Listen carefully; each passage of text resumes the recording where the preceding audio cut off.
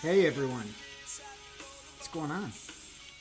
Hi there, this is Dog Life Radio, another special episode with a high quality guest. We are just knocking them out lately.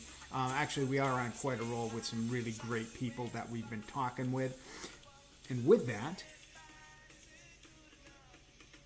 oh, there it is. There's the hook. Thank you, Johnny. All right. So, and with that, what we've got for you today is a very special episode.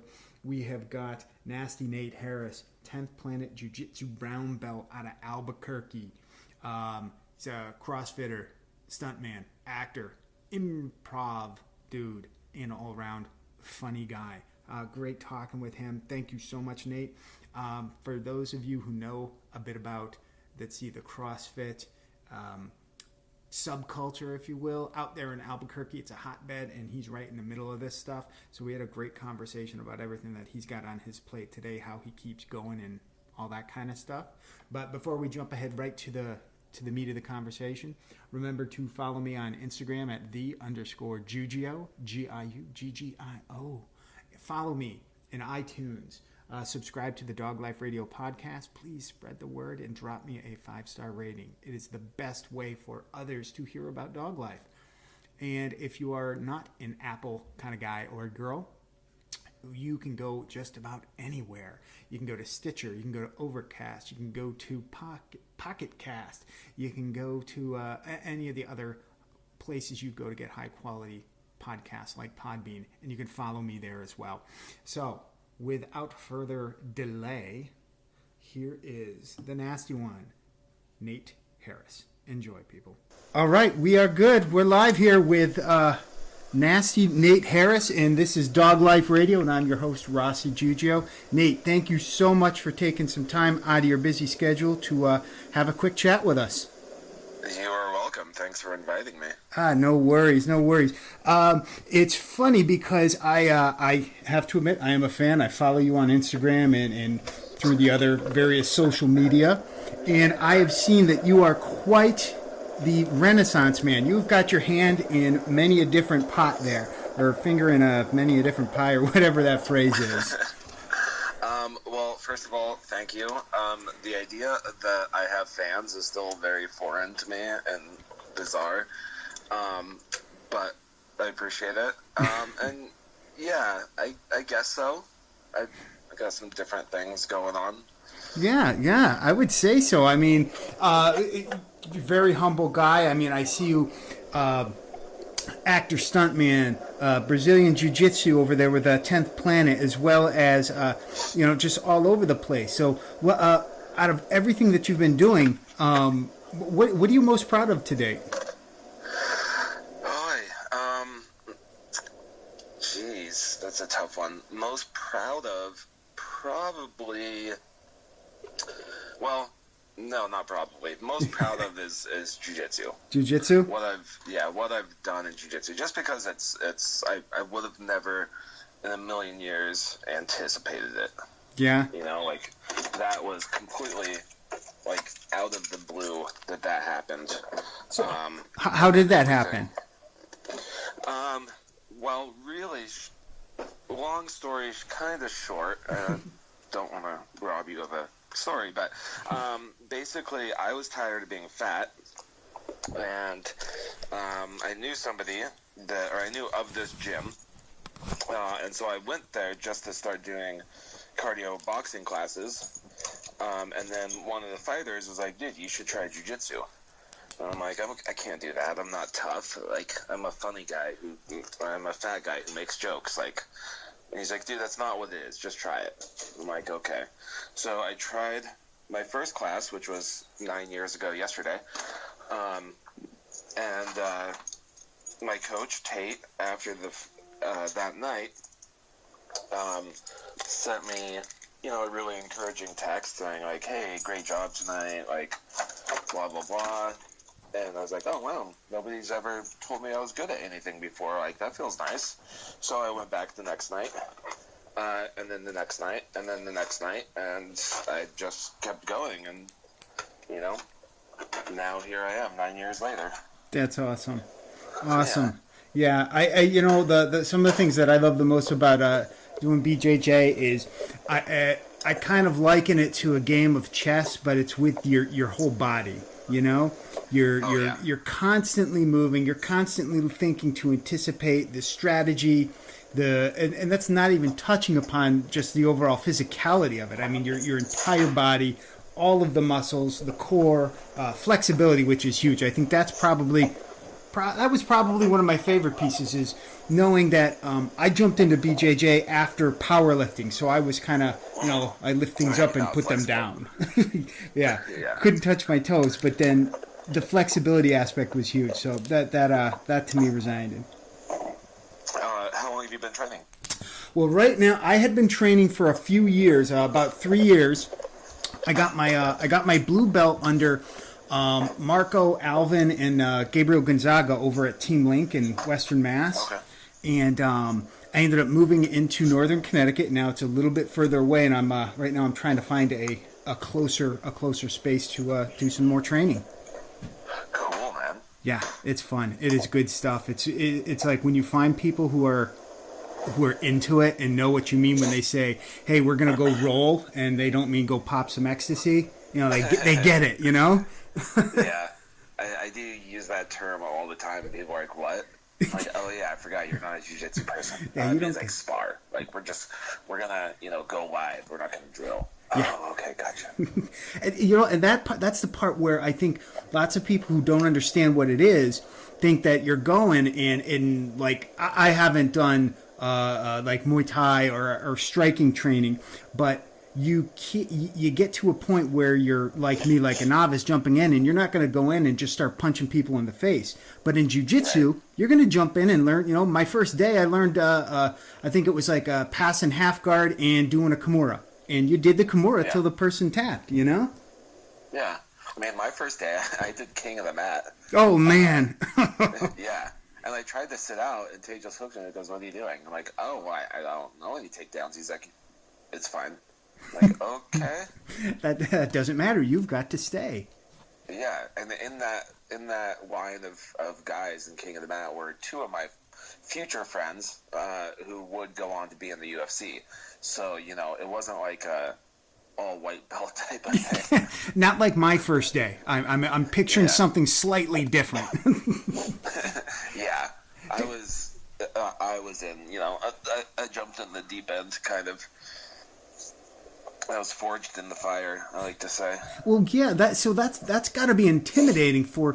I know when I first went, one of my cousin took me, so I was with him, but I was with all these guys, and there was a lot of Brazilians there, and like I said, Gabriel Gonzaga, he's a heavyweight for UFC, or he was anyway. So that was a little bit intimidating, but I mean, it's not like I was jumping into with a class of 15 people with 14 professionals. There were a couple of guys that did some of the local circuits, but I mean, I'm gonna guess 2, maybe, and so that must have been really challenging for being a guy who's completely new to it, jumping in and then walking in and being with these killers.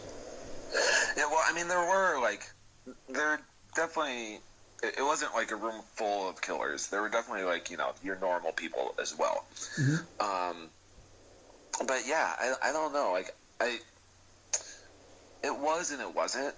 Like everybody was still super cool. I'm like, oh shit, I'm about to get my ass kicked. But then nobody's beating me up. You know what I mean? Like, yep.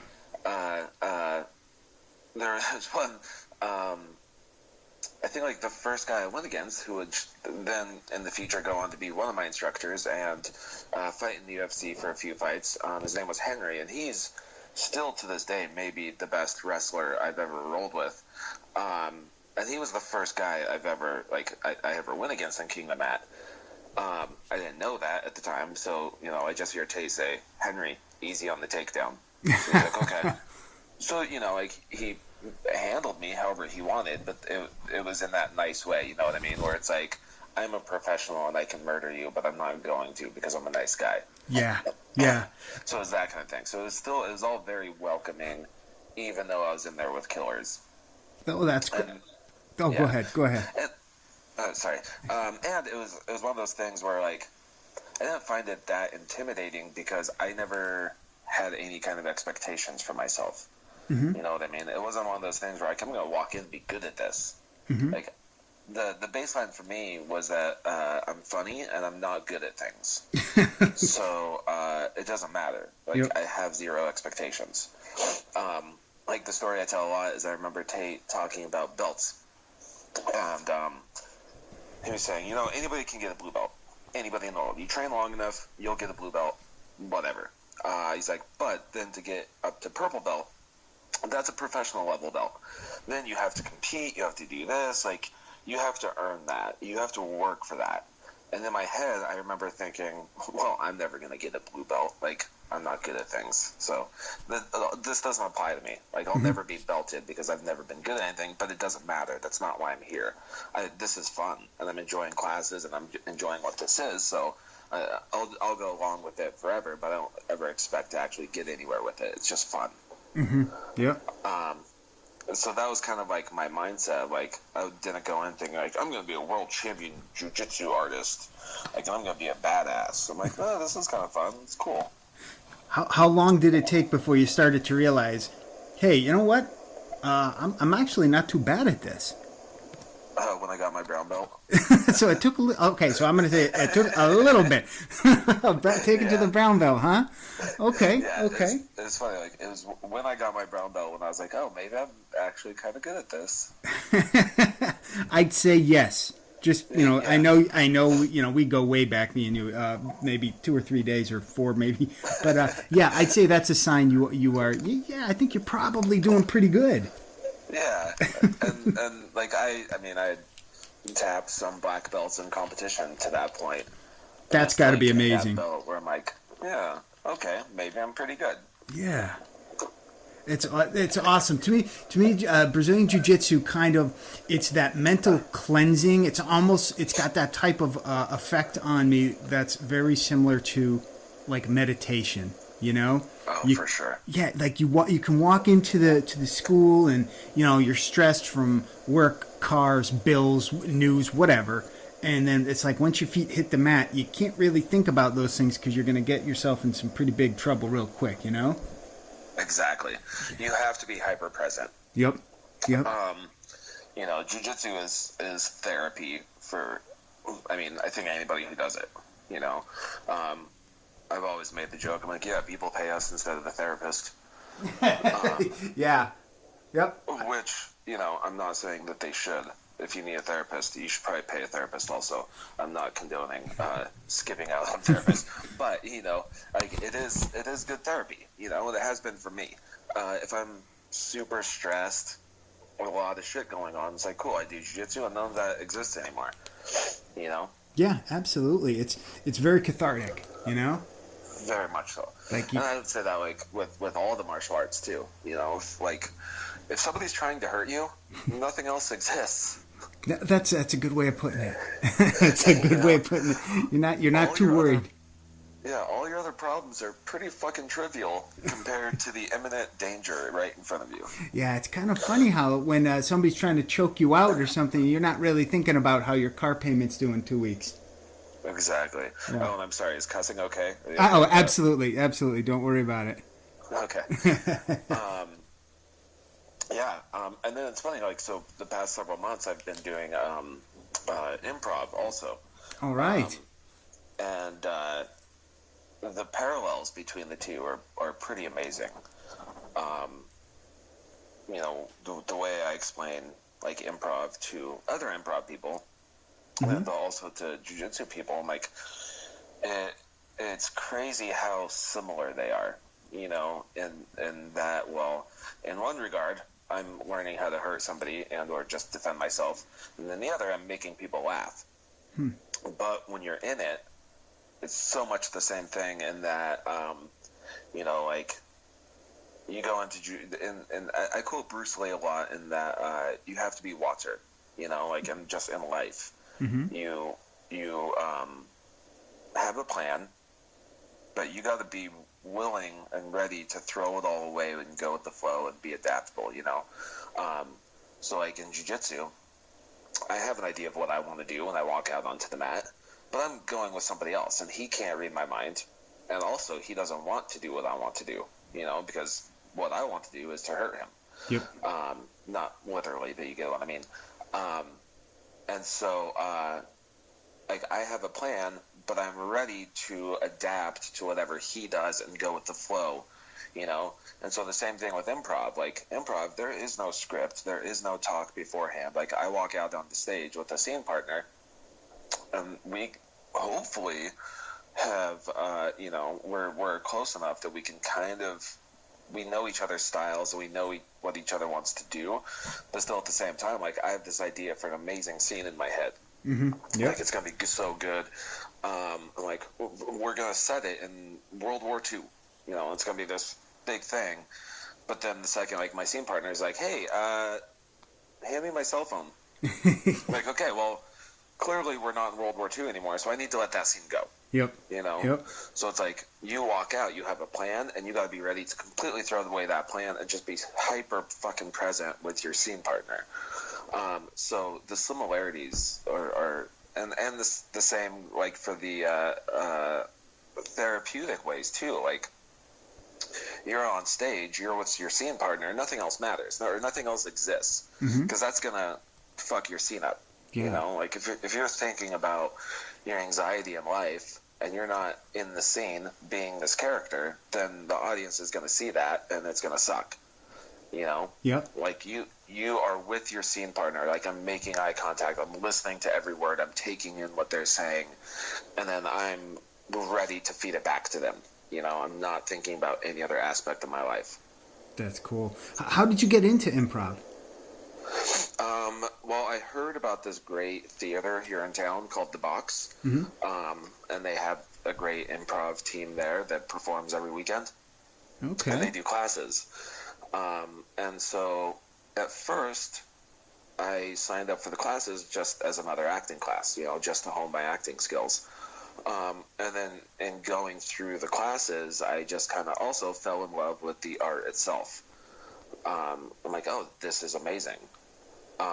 And I love performing to a crowd. Like, that is, you know, the best high I've ever felt was, is being up in front of people. Yeah. Like, I've had 2 MMA fights, and I will tell people, I'm like, I've done my fair share of partying in my early days. Like, I've been around. I've done some things, you know? Yeah. And still to this day, like, none of the drugs I've ever done have at all compared to the high that I felt of getting my hand raised to a cheering crowd. Like, that's the all-time favorite high. Awesome. And then, so, theater is, you know, the same thing. Or any time, not even just theater, just performing to a crowd. You know, like, I worked for Caveman Coffee for several years, and the best job ever is working events there, you know. I can see that. Working booths. Yeah. Dude, it's so fun. For so many different reasons. Yeah. Because, number one, most of the events we do are CrossFit competitions, and I don't know if you've ever been to one, but there are worse places to be than surrounded by beautiful, fit, barely clothed people. I was gonna go along those paths to say, you know what, the love and the positivity there, plus, you know, generally speaking, they're all hot and wearing hardly anything. Yeah. And then, so being behind the booth and getting to be that draw of, like, hey, come in, talk to us. And then, you know, depending on what event we're at, there's a couple hundred people there at any given time. And so I'm, you know, talking to those people and getting to be this character, and even, like, it's talking about coffee and health benefits. Well, you know, like, that's I'm the not other putting on a plus. show, but I am, you know. Well, Caveman Coffee, too, that stuff kicks ass as well. So, you know, there's a little added bonus. Yeah, and I'm super jacked on coffee the whole weekend. There you go. Yeah. So, so taking the improv classes, and then, you know, well, I did the first round of classes without even, like, going to watch their actual show.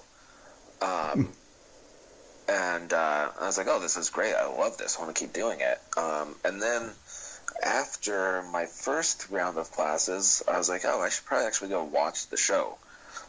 So I went with my girlfriend at the time, and the whole time I was watching it, I was like, I have to be up there. Like, I need to be up there doing that. Like, I have to. So as soon as we walked out, I got on my phone and signed up for the next round of classes. And then a couple months ago, after I did a few more classes, they have a student team at that theater. Mm-hmm.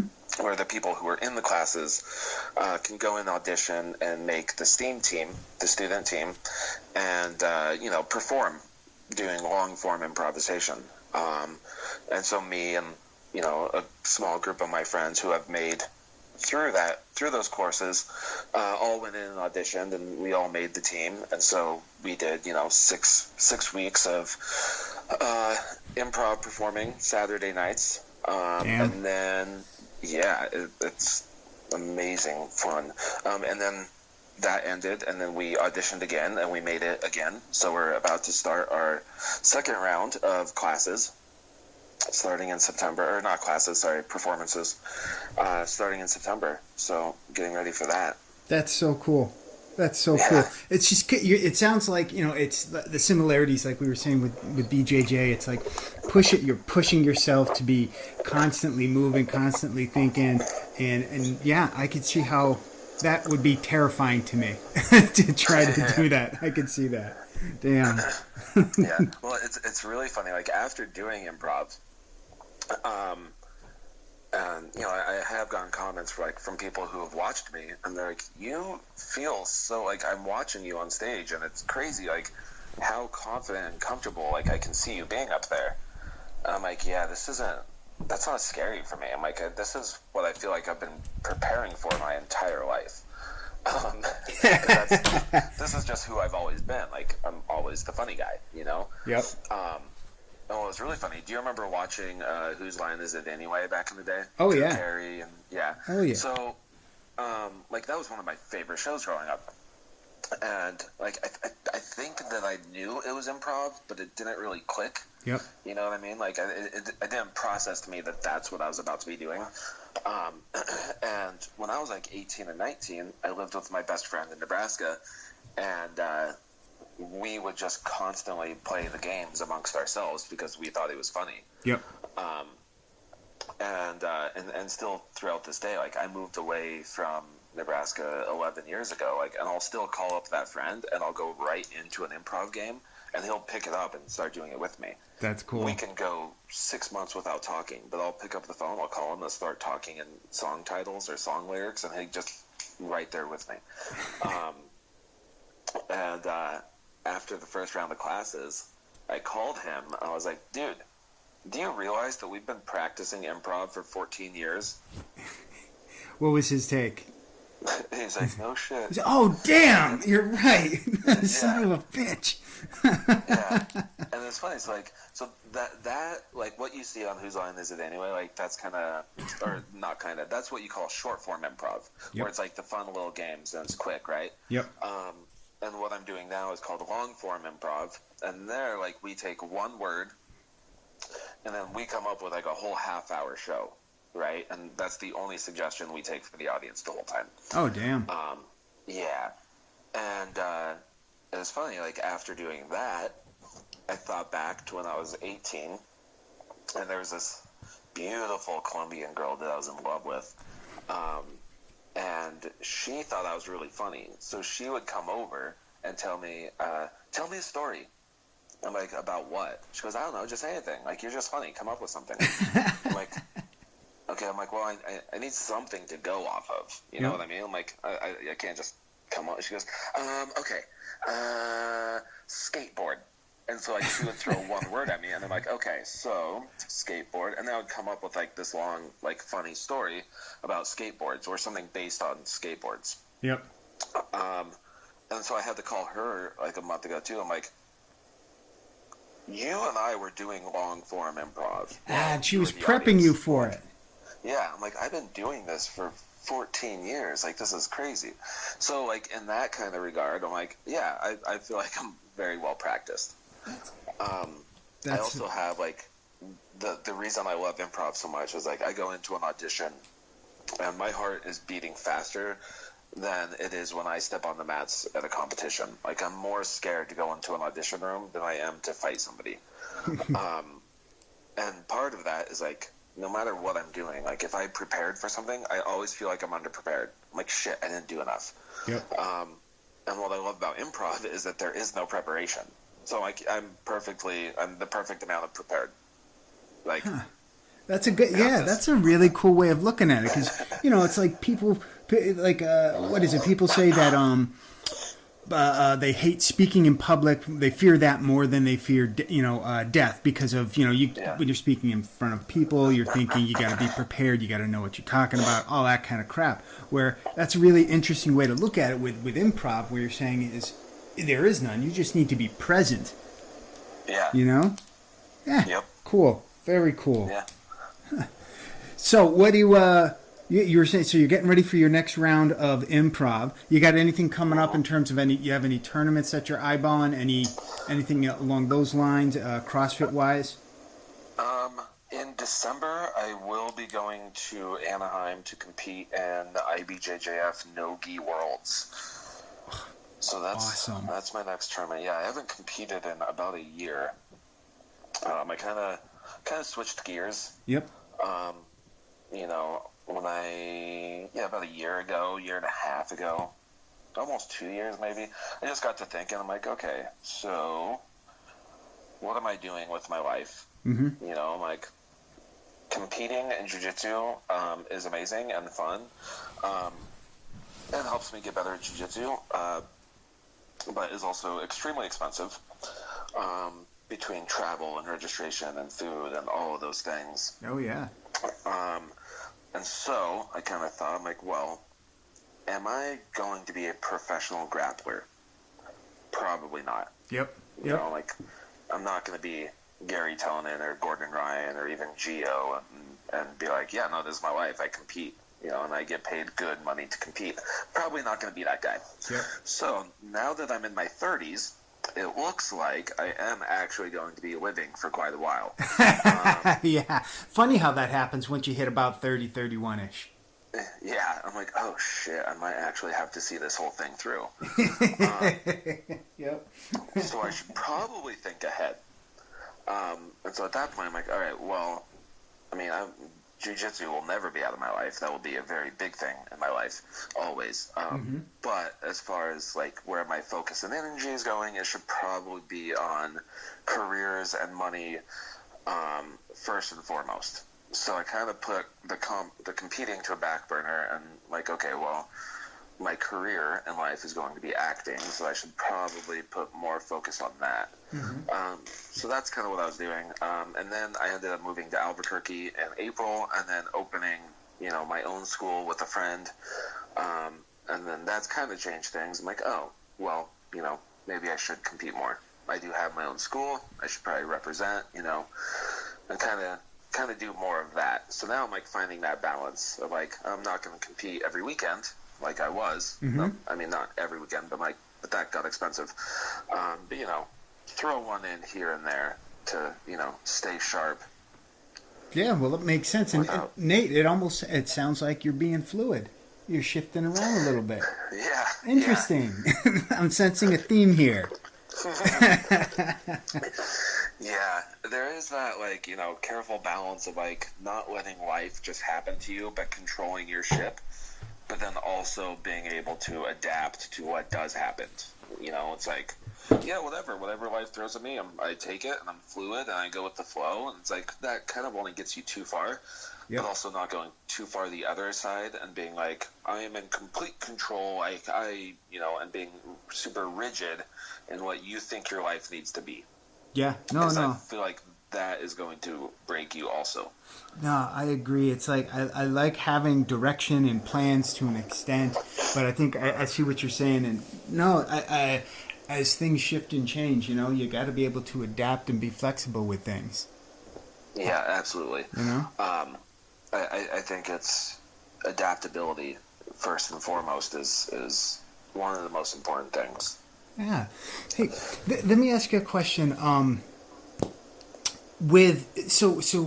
Actually, I'm gonna ask this other question. I was gonna change, and I'm adapting because I don't think it makes sense to ask this. I'm gonna say, okay, Nasty Nate Harris. Where does the nasty come from?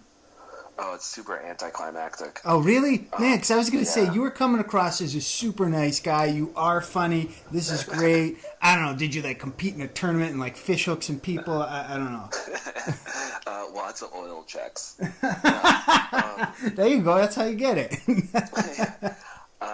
No, a long time ago, a friend of my cousin, who I was living with in Santa Fe, was in town, and he just started calling me Nasty Nate. I have to assume as a reference to Half Baked. Okay. Okay. And then it just stuck. Like that's it. Just completely out of the blue. Well, that's not that bad. I was, okay. Yeah. I'll take that. I mean, yeah, there have been things along the way which people have said, like, and that's why you're called Nasty. Uh-huh. Like, I mean, it's not, but okay. You take it. Anything you want to share? Any good story? I don't even remember. And if it's the reason why somebody's calling me nasty, maybe not appropriate to share on the podcast, depending on who your demographic is. With this particular podcast, my demographic is a little bit all over the place, kind of like I am. Yeah. So it works. Yeah. But no, I can't think of anything specifically. Nah, no worries. Yeah. All right. So you said before we were recording, you were saying you had to run out and grab yourself some coffee. Coffee to me is a bit of a ritual. It is ritual. It is a morning routine. I do the coffee. I throw a little coconut oil in it. Not for nothing, but I am a caveman coffee. I buy their coffee all the time. I think it's fantastic. What are you a coffee addict like myself? So I recently met a guy named Ryan, who he partnered up with Carlos Condit, who is UFC superstar, lives here in Albuquerque. I was going to say, he's out in Albuquerque, yeah. Yeah. And I've met Carlos a few times beforehand, so I kind of know him. Well, they just started their own nitro cold brew company, and so I went and hung out with them a couple times and tried it, and it was delicious. And the last time I saw him, he told me, "You drink more coffee than anybody I've ever met." And so that's the owner of a coffee company. So that can kind of give you an idea of where my coffee consumption is. All right, that level sets it right there. Yeah, it's up there. Setting the bar kind of high. Yeah. Although I will say their coffee last Saturday or 2 Saturdays ago, I went to right now, like, they have a booth at the local farmers market, and I went and I chugged two big cups of their nitro. Yep. Which is not really anything for me. 2 cups of coffee is whatever. And I had a bad day that day. Like, I was vibrating. I was freaking out. I was overly caffeinated, which does not happen very often. That's the strength of their cold brew. They're high-powered stuff. High test. Yeah. Nice. Man. All right. So, one other thing. So today, the day that we're recording this, I'm not sure when I'll be able to, I got to do a little bit of my fancy editing, which is not much at all. But today's the day of the big fight tonight, McGregor and Mayweather. I'm sure it snuck up on me all of a sudden. It's like, oh crap, I woke up and I'm like, damn, that's tonight. Yeah. Are you planning on watching? I'm not. I can't find the care in me about that fight. Is it like, the boxing thing? Is it the kind of a show type of a approach to it? Or the fact that it's like 100 beans? The fact that it's happening is absurd. And I will say that, like, all respect to Connor. Connor is a smart fucking guy. Like, I'm not mad at him at all for doing this. Like, I get it. Like, Connor's whole thing is like, I'm not trying to still be fighting with brain damage when I'm 40. He's like, I want to get in, get rich, get out while I'm still healthy and have all my, cognition and mental capacities. So I'm like, cool, like, I get that. Yep, makes sense. I ain't mad at you. I'm not going to watch though, because I don't think it's at all going to be entertaining. And it's like, you take a guy who has never had an amateur boxing match ever against a guy who is the best boxer in the world. Well, arguably of all time as well. Yeah, like it's a rough one. That's yeah. Like, I forget his name. The Russian Bear, the Russian wrestler who went 888-1 and lost the one match to Ruan Gardner to lose the Olympics. Oh, yeah, yep. Yeah, I forget his name, Kurolenko or something. Yep. But Connor might as well be wrestling him.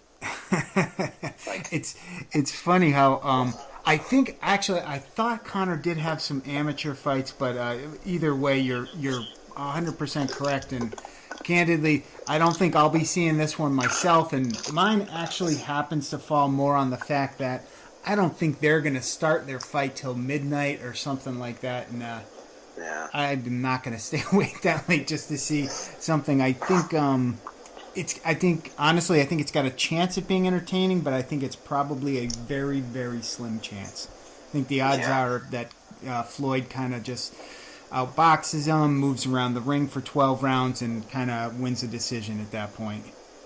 Yeah, that, like, logically, that's what happens. Yeah. If it's entertaining and big dramatic things happen, and or if Connor wins, I 100% call the fix. Well, wouldn't be the first time that happens in boxing, right? No, and I even think MMA, like...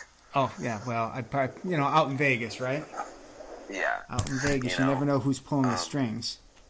Yeah, like, even, like, one of my friends who was in the UFC, when Connor fought Eddie, my friend, Eddie Alvarez, my friend was like, I don't know who the fuck was in that ring with Connor, but that wasn't Eddie. Like, I was shocked at how bad that fight was. I thought Eddie was gonna be a brawl, a bit more back and forth, but Eddie looked like he'd been drugged. Yeah, and that's what, like, so my friend's like, that Eddie, that he made mistakes that I would never think that he would make. Like, that he's so much better than, like, what you saw, And I'm like, and Eddie handled Cowboy Cerrone, if I remember correctly. Like, I remember that was a hard fight for me to watch. Like, I'm not friends with Cowboy or anything. I've met him once or twice, but I just am always rooting for the Jacksons guy. Oh, yeah. Yep. And so that was, like, I remember, like, cringing at Cowboy and Eddie, and then Eddie just got handled by Connor. So, like, that's suspicious. That was, when Eddie had just had that fight with Dos Anjos, and he just, he lit Rafael up, and he looked great. Like, I remember when Eddie came into the UFC, he came in and he was like another one of these guys coming from another organization, a champion coming in, and I think he kind of had a little bit of a rough start coming in, and then it seemed like he was hitting his own when he came in and he took down Dos Anjos, and then all of a sudden thrown right to McGregor, and I was like, wow, he did not look like the same guy that just fought. Yeah, right? So it's, like, kind of suspicious. So I don't want to say, like, fights like those are fixed, but, Well, you never can tell. And this one here, they've been advertising it as the money fight, and I saw on Instagram pictures of a belt. They made a fake belt. Well, no, it's a real belt, but it's the money belt is what it is. And I'm like, you've got to be kidding me. Yeah. It's just a circus, and I don't really, like, I'm fine with getting updates tomorrow. It's probably what's going to happen with me is I'm going to end up reading about it, maybe seeing a couple of highlights on YouTube or something like that. I'm a huge UFC fan and mixed martial arts fan. I watch, like, not all of them, but I watch lots of them, and sometimes it's just a little rough staying up till 1 o'clock for the main event for me. I'm not as young as I used to be. I'm 43 and I got 2 little kids, so they get up real early regardless of who fights the night before. Yeah, they don't care. No, they don't. They don't particularly care. They don't. My son will watch with me, and actually, I will. Since I can't find a school close to me, we bring school here, and my son calls it wrestling, where I've taught him how to do rear naked choke, a couple of takedowns. My daughter is she's 4. She can get the rear naked choke good, and My son's just starting to get an arm bar. Oh, nice. So, it's great. It's fun. Very cool. And I always win, too, so it's great. I love rolling with them. Yeah. I never tap. I'm 23-0. It's brilliant. Since I came to this dojo, I'm kicking butt. I should promote myself. Oh, man. Well, I got to tell you, Nate, thank you so much for taking the time. I don't want to take up all your day for you. Is there anything that you want to promote? You want to plug your Instagram account, anything like that, your Twitter handle? How can people follow you? Yeah, you can find me at Nasty Nate Harris on everything. Yeah. I mean, if you're in Albuquerque, you can come watch me do improv Saturday nights at the Box starting in September. Awesome. If you... my gym, 10th Planet Jiu Jitsu Albuquerque, will be having our grand opening September 30th. We're going to have Renato Naranja and Master Ken in attendance. I think that's about everything. If you follow me on social media, you will be kept up to date on anything that's happening. Awesome. There are, and actually, we do have a few listeners out in the Albuquerque, Santa Fe area, so awesome. Good to spread that out. Yeah, wonderful. All right. Well, Nate, thank you so much for joining us. This has been a pleasure. Welcome. Thank you. Yeah, my pleasure. Glad I did it. Thank you. Or glad you had me. Thanks.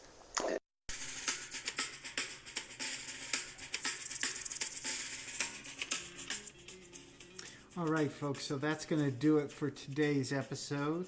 And as you ride off into the sunset, keep in mind, follow us on iTunes, subscribe to Dog Life Radio. Spread a little bit of love in your life. Peace.